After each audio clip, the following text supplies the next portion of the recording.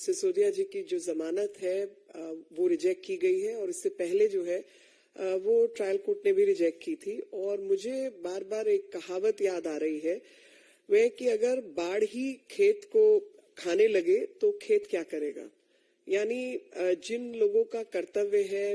इन संस्थाओं को बचाए रखना, जिनका कर्तव्य है भ्रष्टाचार के खिलाफ काम करना, अगर वही भ्रष्ट हो जाएं और अपनी जिम्मेवारी से हटकर प्रदेश को नियम कानून का उल्लंघन करते हुए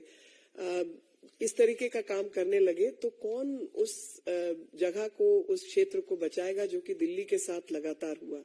दिल्ली के साथ लगातार हुआ कि दिल्ली में एक स्कैम किया गया, एक घोटाला किया गया जो कि शराब घोटाले के रूप में प्रचलित है और सबको मालूम है, जानकारी है, जहां पर कार्टलाइजेशन की गई और जो होलसेलर्स थे उनका प्रॉफिट मार्जिन बढ़ाया गया और साथ में जो अन्य प्रॉफिट मार्जिन थे दिल्ली को टैक्स की क्षति पहुंचाई गई और भ्रष्टाचार का एक नमूना बन के रह गया और जिसमें सप्लीमेंट्री चार्जशीट भी दाखिल हुई है और कोर्ट की ऑब्जर्वेशन भी है कि जो एलिगेशंस है वो, जो इनके खिलाफ जो दस्तावेज हैं, बाकी चीजें वो बहुत सीरियस है और इसमें एक पब्लिक सर्वेंट यानी जो समाज पब्लिक सर्वेंट एक टेक्निकल लीगल डेफिनेशन है और डेप्यूटी चीफ मिनिस्टर का ऑफिस जो है वो इतना महत्वपूर्ण ऑफिस है जो खुद भ्रष्टाचार में लिप्त पाया गया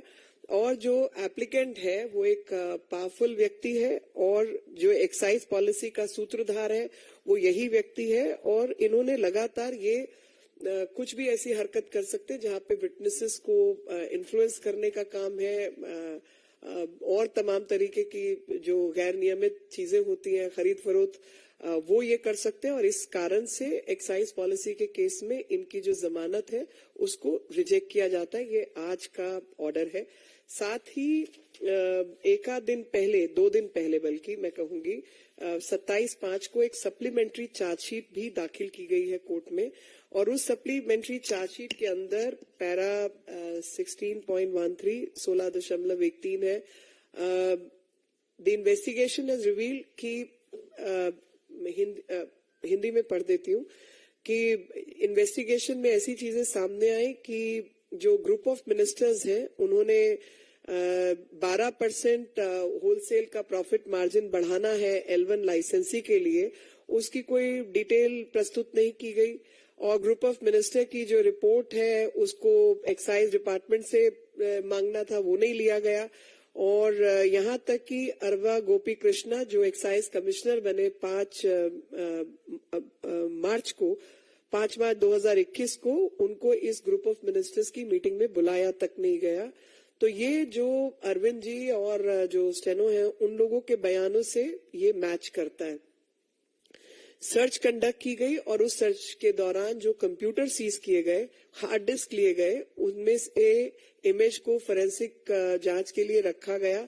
और पाया गया कि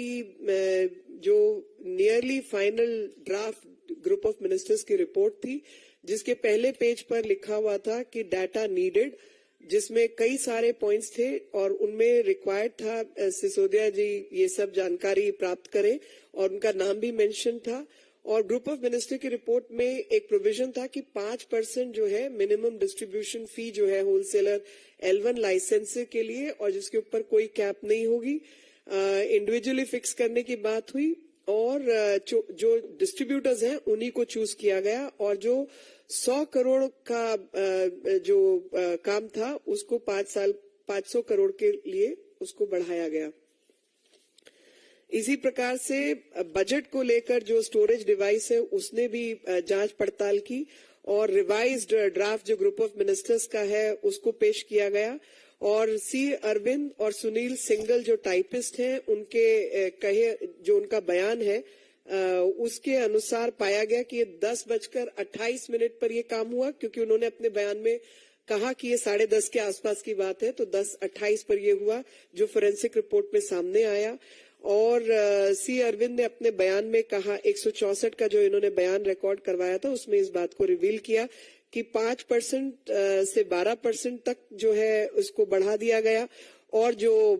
ईडीपी प्लस इंपोर्ट फी थी और साथ में जो L1 लाइसेंसेस जिनका टर्नओवर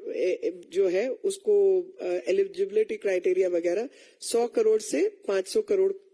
हर साल का कर दिया गया फॉर द पास्ट 5 years। ये कंडीशंस को बदला गया।